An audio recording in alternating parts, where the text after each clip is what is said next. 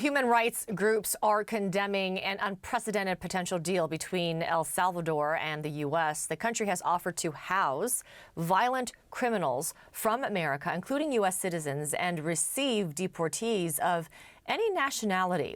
U.S. Secretary of State Marco Rubio unveiled the offer after meeting with the country's president on Monday. He has agreed to accept for deportation any illegal alien in the United States who is a criminal from any nationality, be they MS-13 or Tren de Aragua, and house them in his jails. And third, he has offered to house in his jails dangerous American criminals in custody in our country, including those of U.S. citizenship and legal residence. No country's ever made an offer of friendship such as this. Well, El Salvador says it will take a fee to house convicted criminals in its mega prison. The country has one of the highest incarceration rates in the world. CNN contributor Stefano Pozzebon is tracking the story from Bogota, Colombia, and he's joining us now. Stefano, aside from the fee the country will be paid, I mean, what's in it for El Salvador? Is this all about the money, or is it about trying to gain favor with the new administration?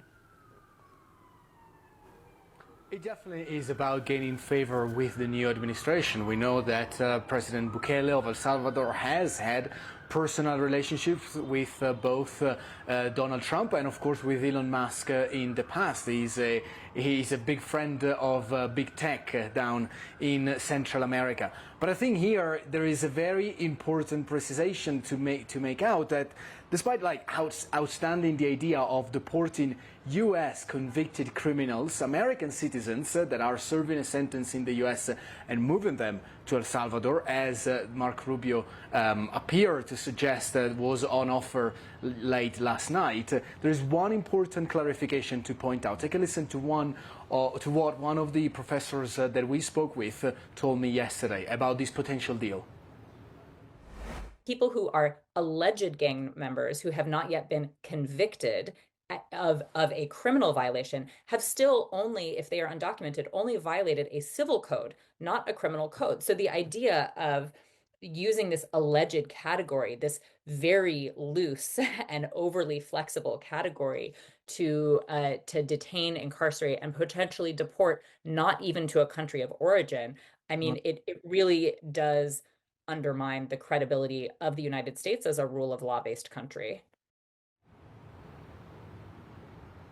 And Amara, that distinction is crucial here, because under the new state of emergency law that Nayib Bukele passed in El Salvador in 2022, there is no distinction between alleged and convicted criminals. The police has the authority to detain any person on the suspicion of being part of a gang, maybe because they have tattoos, maybe because they are seen hanging out in neighbors that are under the control of the gangs. And that's why human rights organizations in El Salvador are telling us that they believe that out of the 82,000 people that have been detained in the last 2 years, several tens of thousands of them are actually innocent. And so the idea for the United States to handle their gang problem and the problems that these transnational gangs like Tren de Aragua and MS-13 are posing to the administration with these same tactics as El Salvador has employed over the last 2 years is raising enormous concern, not just for the human rights activists that we're speaking with and opposition people and, of course, the Democratic Party in the United States, but for everyone who is really looking at the rule of law in this side of the world, because it could be a model to be exported in many other countries. We're seeing across Latin America and other countries looking at Nayib Bukele as an example, as a model to follow on how to tackle gang crime and particular levels of violence that are typical of this side of the world, where we're seeing that these potential deal could just give Bukele a badge of honor for him to wear. Amara. All right, Stefano Pozzebon, thank you very much for your reporting there from Colombia. Each day seems to bring something new and different from the Trump administration.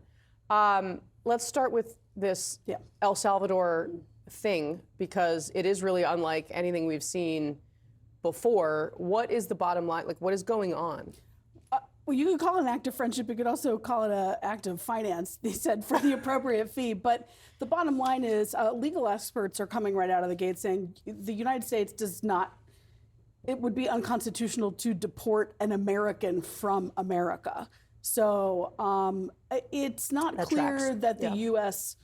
Wants to take up this offer or is taking any steps to take up this offer. I think you would see a tremendous amount of immediate sort of pushback, and but there are also other concerns about it, like there are concerns about human rights, the way these prisoners are treated. But the bottom line is that El Salvador understands what you heard the Canadian official talking about, that what the U.S. president wants in his early weeks back in office is to be able to show his American constituents a series of wins or other countries reacting to him in a way. And this certainly does show that. It's El Salvador seeming to say, how can we help you?